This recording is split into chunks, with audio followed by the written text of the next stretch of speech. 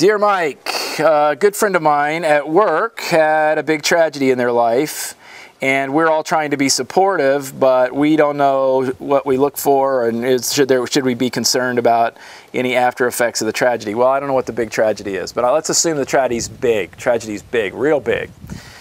And the person's back to work already. You just want to look for what we call marked changes from baseline behavior. So how's the person normally behave? And is there any big variation from that? That's what you want to watch for. You know, grief is a big deal, and it generally goes from a sense of denial where they're kind of pretending it didn't happen. They get into bargaining, they can get angry, and then they get resolution. I mean, these are the normal stages of grief. And so I would just be supportive and be encouraging and be present. But if you see a dramatic shift, then I think you address it with them.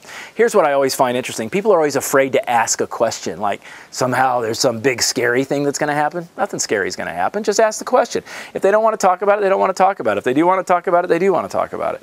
What you don't want to do is treat these people any differently.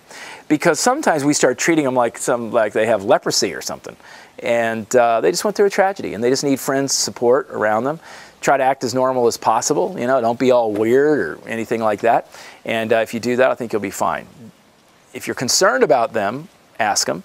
But most of all, you just want to look for behavior change, because if the person's kind of happy a lot and they feel really good, and then all of a sudden they tank, and they tank for a significant period of time, it's going to be a real problem. So if I were you, I would just be your kind, supportive self and watch for marked changes. If you see marked changes, then ask them about them. If they say they're fine but they continue to tank, then you probably need to address it a little more seriously with them and make some suggestions for help. Take care. Bye-bye.